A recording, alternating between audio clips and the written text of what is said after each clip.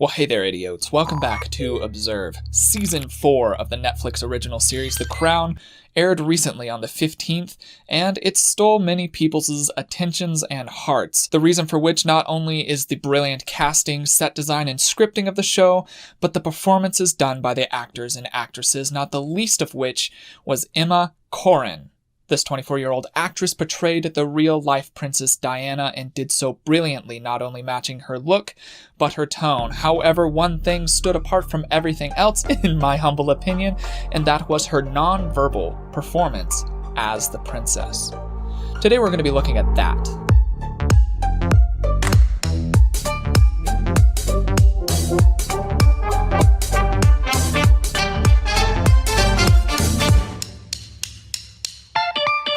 In acting, one of the most primary things beyond just learning the script is being able to perform non-verbally in a character. In relation to body language, fictitious characters are far easier to perform, while historical figures are a little bit more difficult, as you have to match nuances of non-verbal communication to the original person themselves. Emma did so brilliantly. So today we're going to be looking at some original footage, comparing it to the remake that was done in The Crown, and then also a little snippet of an interview that was done later on in Diana's life.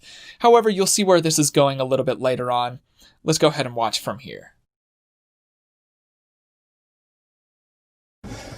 What about the proposal, Your Royal Highness? How did that come about?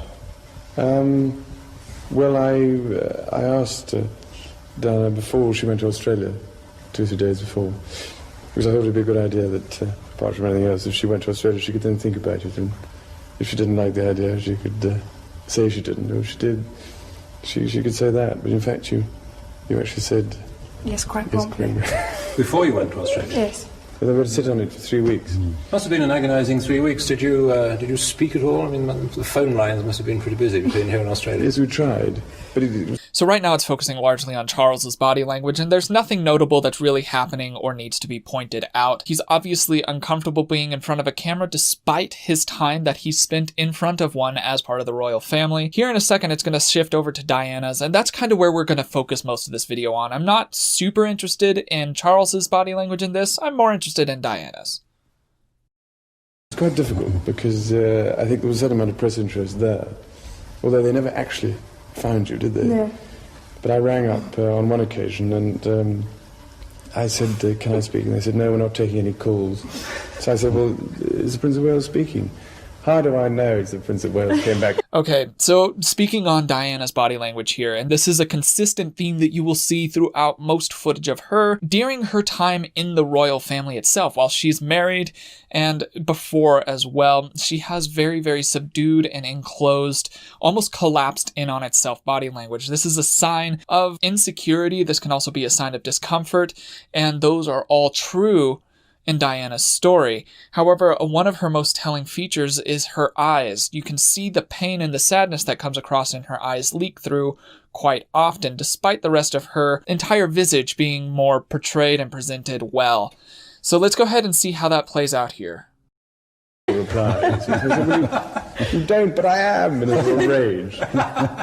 And I mean, eventually So here you can already see the smile almost immediately left her eyes, and the rest of her face is almost struggling to hang on to that same happy emotion that you should be feeling. You should be feeling happy and good quality emotions on the announcement of your engagement and wedding and all of these things that are supposed to be exciting, happy times in your life, and that's not showing up on hers. Even with the times that she's showing true joy, it leaves so fast that it leaves us feeling like it's fake or forced, which, in my opinion, from what I can see non-verbally, it is. But let's continue watching this. There's a lot to this little interview, then there's a reenactment of it on The Crown, and then, like I said, there's this little snippet at the end that I think is very important and has a lot of weight to the timeline of Diana's life.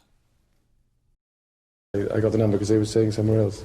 But they said, oh, the phones are tapped or something, which I found highly unlikely. Do you find it a very daunting experience that yesterday you were a nanny looking after children, now you're about to marry the Prince of Wales, and one day you would, in all likelihood, be Queen? It's a tremendous change for someone, if I may say, of 19 to make all of a sudden, the transition. It is, but I've had a small run up to it all in the last 6 months. And next to Prince Charles, I know I can't go wrong. He's there with me.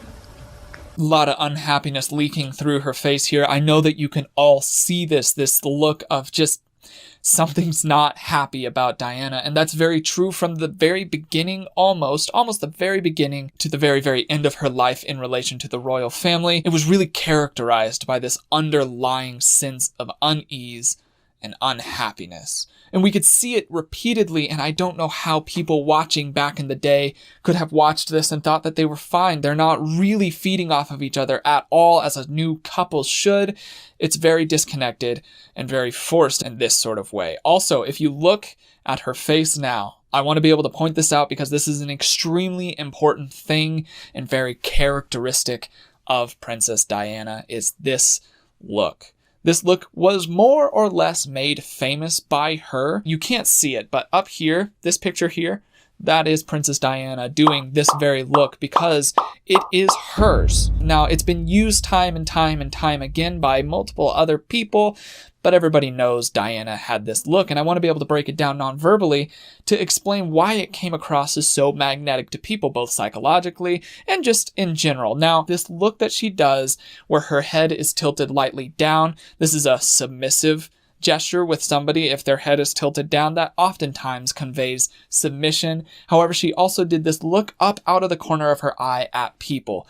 And coupling that with this tight-lipped smile that she's doing now, it portrayed this almost juvenile look about her that encouraged feelings from people on various different levels. Psychologically speaking, we as people are inclined to care for juveniles, for young ones, for children, because it's part of the furtherment of the human race. It's ingrained into us to be able to survive. So we're more or less hardwired to care for that most of the time. There are always exceptions. So when she does this, it portrays this juvenile feeling that subconsciously taps into our minds, invoking feelings of we need to protect, we need to be there, we need to be around, we need to care for, we do like. Those sorts of feelings are invoked in us when we see a look like this. So when Diana does this, it was a very tactfully done thing. Now, whether or not she does this consciously or subconsciously is another question. I think, personally, she did it consciously. She knew what effect it had,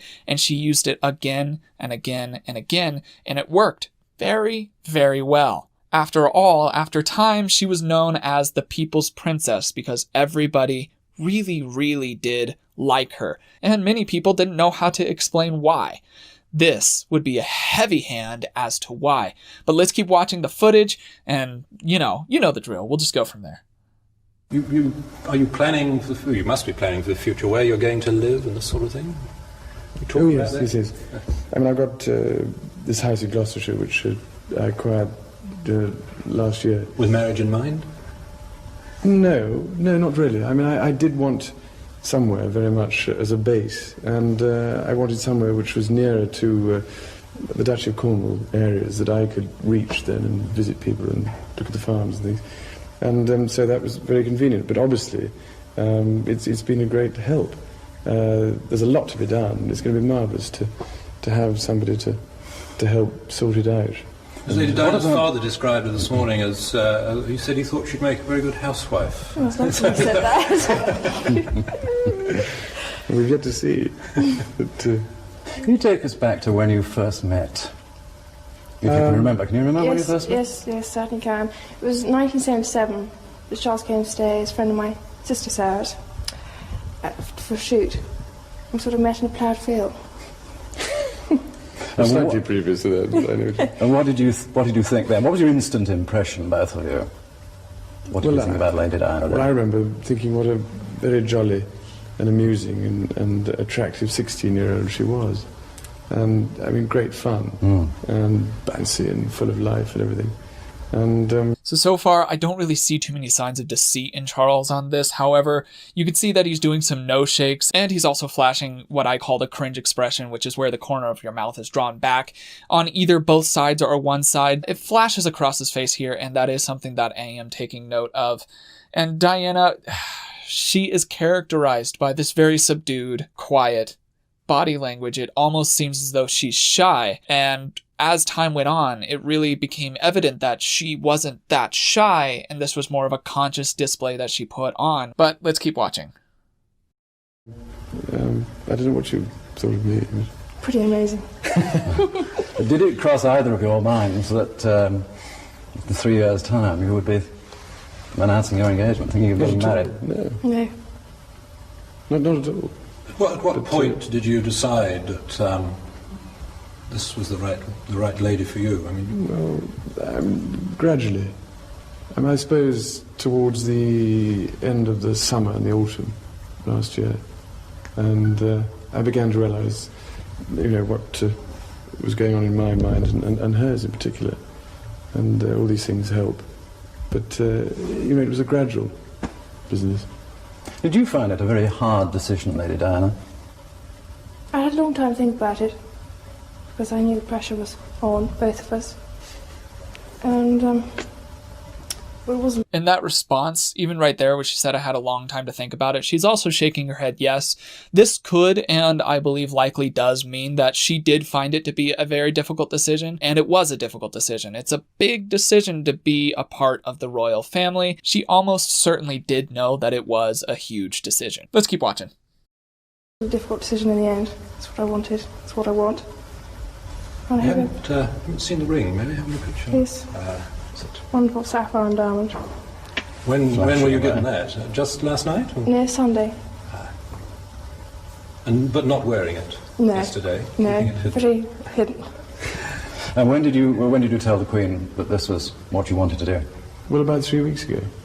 So, as I say, we've had to sit on it and hide it for 3 weeks, which hasn't been all that easy. But I was absolutely determined that it was going to be as near a secret as possible on the actual day. That was my ambition. But you're both obviously excited, but it must have been awfully difficult trying to keep that secret. Yes. Very good for us. And very good for good practice. Yes. And good for the people we told, too. Quite interesting to see who can keep secrets. But it did pop up in the Times this morning. Yes, someone talked to the right newspaper. That's what they call the top people's newspaper. No announcement yet of where and when? Do you mean the actual wedding? Yes. No, because there was a lot to be decided. But when is probably in the latter half of July, I should think.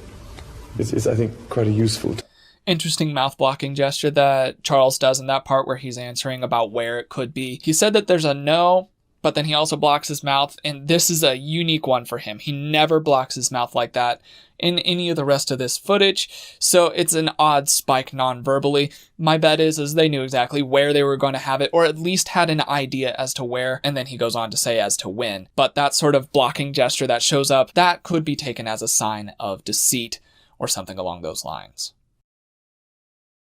Time from all sorts of different reasons. And the actual place will be decided. Honeymoon plans, or was that something you have to talk about now it's official? Well, I mean, we've had vague discussions about it, but a lot depends on, what happens now. There are lots of different alternatives, and the difficulty is to go somewhere where one can actually get away from everything else. Yes. The rest of the family have had that experience in the past. Yes.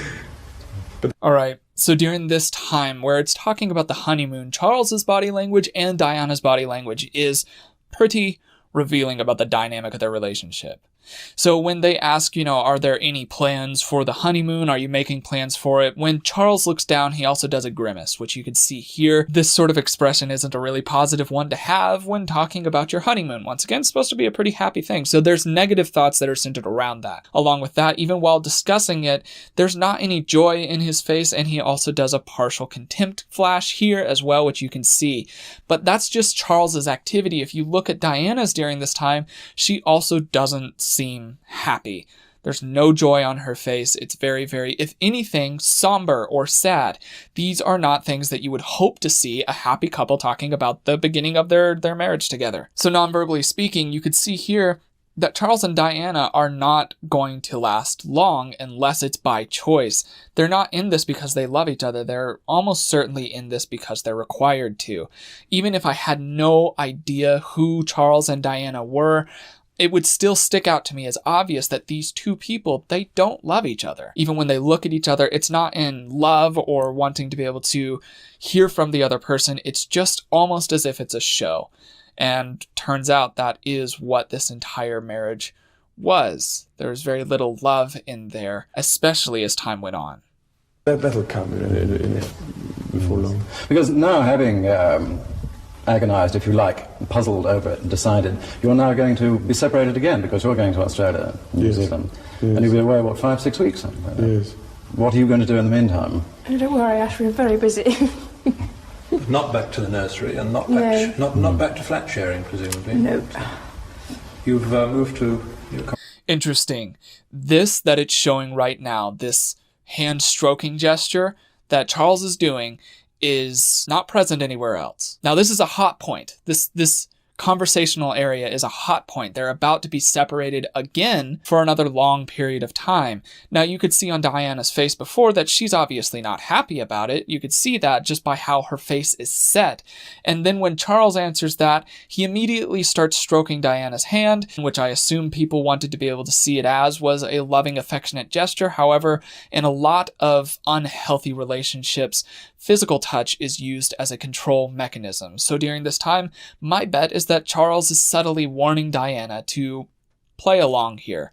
Make sure that she presents herself as okay during this, because after all, there can't be any struggle within the family name, the crown itself, because then that shows weakness. And so while he's obviously doing something that Diana does not want and does not search after and does not enjoy, he's also subtly telling her you have to pretend that you do. And so this isn't a loving gesture. This is almost a threat. Let's keep watching. Yeah. Can you find the words to sum up how you feel today, both of you? Difficult to find that sort of word, isn't it, really? Just delighted and happy. And I'm amazed that she's been brave enough to take me on. Delighted and happy, I'm amazed. That is what their verbal words are saying. Their nonverbal communication is obviously painting something very different. He's not happy and he's not amazed. There's not any sort of spark or happiness between them at this point. Let's focus on what Diana says and see if her body language says anything as well. And I suppose in love. Of course. Whatever in love means. Well, it obviously put your own means, interpretation. obviously means two very happy people. Yes. Once again, As you can see. congratulations. Well, from us, congratulations. Thank you very much. So when they state that they are obviously in love, correct kind of thing, she immediately says yes, but then she takes a deep breath and looks away and looks uncomfortable. He doesn't really have too much of a reaction at all. This is just, it's not good. This is not good. They're not in love. And then he says this line where he's like, yeah, whatever love is, and he bites his lip and looks down, and it's just so obvious that they are not in love and they do not love each other. At least not totally, and not to a level that you would expect a couple who just announced their engagement to love each other. Already from this early on, things are very, very bad. We're about to watch the portrayal of it in The Crown and focus on Emma Corrin's body language as she portrays Diana. And notice the look. You'll see the look come up, and she does so wonderfully.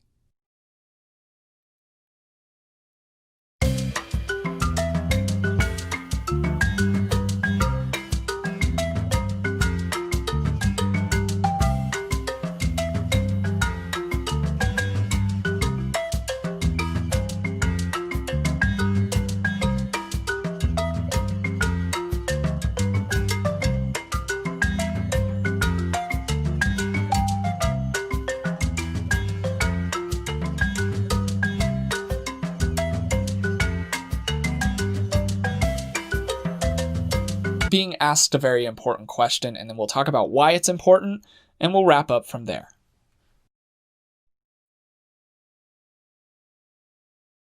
Do you think you'll ever be queen? No, I don't. No. Why do you think that? I'd like to be a queen of people's hearts, in people's hearts. But I don't see myself being queen of this country. I don't think many people would want me to be queen. Actually, when I say many people, I mean the establishment that I'm married into, because they've decided that I'm a non-starter. Why do you think they've decided that? Because I do things differently. Because I don't go by a rule book. Because I lead from the heart, not the head. And albeit that's got me into trouble in my work, I understand that. But someone's got to go out there and love people and show it. And do you think that because of the way you behave, that's precluded you effectively from becoming queen? Yes, well, not precluded me, I wouldn't say that. I just don't think I have as many supporters in that environment than I did. Yeah. You mean within the royal household? Mm-hmm. They see me as a threat of some kind. And I'm here to do good. I'm not a destructive person. Why do they see you as a threat? I think every strong woman in history has had to walk down a similar path, and I think it's the strength that causes the confusion and the fear. Why is she strong? Where does she get it from? Where is she taking it? Where is she going to use it? Why do the public still support her? When I say public, you go in and do an engagement and there's a great many people there. During this time, I think, in my opinion, Diana knows something bad is going to happen to her. She has a lot of sadness in her eyes, and that's not something to be taken lightly in this sort of sphere. And the fact that she's speaking with such certainty that she is not going to be queen, and she doesn't outright say they're going to more or less remove me from the picture, but she does say that they see her as a threat, and a threat to the crown is a very serious threat that will be taken care of at all costs, in all measures. And I'm sure she knows that. And she mentioned that she was a very strong person, and that's true. She always pushed her boundaries as best as she could, and that's part of what people really appreciated about her, was the fact that she wasn't like the rest of everybody else in that arena. She was different, and she was dead set on remaining so. And if somebody that close to the crown is that dead set on being problematic, they're not going to last long in that atmosphere, and nor did she. It's extremely unfortunate the untimely death that Diana had, but I don't believe that it was an accident, and I don't believe that she thought it was an accident. I have no proof for this. Just so you know, I have no proof that the royal family decided to order a hit on Diana. However, it does seem to match a lot of the cards that are on the table right now. And the fact that she knows it makes it very, very sad indeed. It's a very, very upsetting story, the timeline of Diana's life. However, I also appreciate who Diana was as a person, how she fought against the norms, the traditions, and the rules. So often people will find themselves at a point in their lives to where they follow tradition and rules so blindly that they forget the reason that they're there, and they lose touch of what it means to be a human being. And to be able to push against that was something that I always appreciated in her, and something that I appreciate in other people. Always be willing to ask the why questions, to push the boundaries of rules that are set in place for especially just the need of presenting a good picture to people. Unfortunately, though, it did not turn out well for Diana, and that is really genuinely too bad. I don't want to leave this video on a sad note, but I don't really know how to wrap it up otherwise. If you did appreciate this and you would like to be able to see me do more, perhaps historical nonverbal analysis like this, let me know in the comments below. I also am doing true crime, so if you have anything like that you would like to have me take a look at, once again, let me know in the comments below. Drama, everything. Just let me know in the comments below. If you enjoyed this video, consider hitting the like button and subscribing. That is kind of the way that I am able to do what I do. And then if you would like to be able to support me on ways beyond just viewing, you can buy merch. That's in the description below. You can sign up for Audible if you sign up with a free trial and then cancel it before it charges you. It's free for you, still donates to me. Works out beautifully. That's the cheapest way to do it. Or you can be a patron of mine over on my Patreon. I am going to be holding more live streams and posting other content for you there in case you wanted to be able to have just a little extra, since you are going a little further to be able to support me. But those are the main ways. But without further ado, that's all that I've got for the day. My name is Logan, and you have been oh so awesome, as you always are, and I will see you in the next video. Cheers, guys. Knowing I'm your man, so let's spend some time wasting it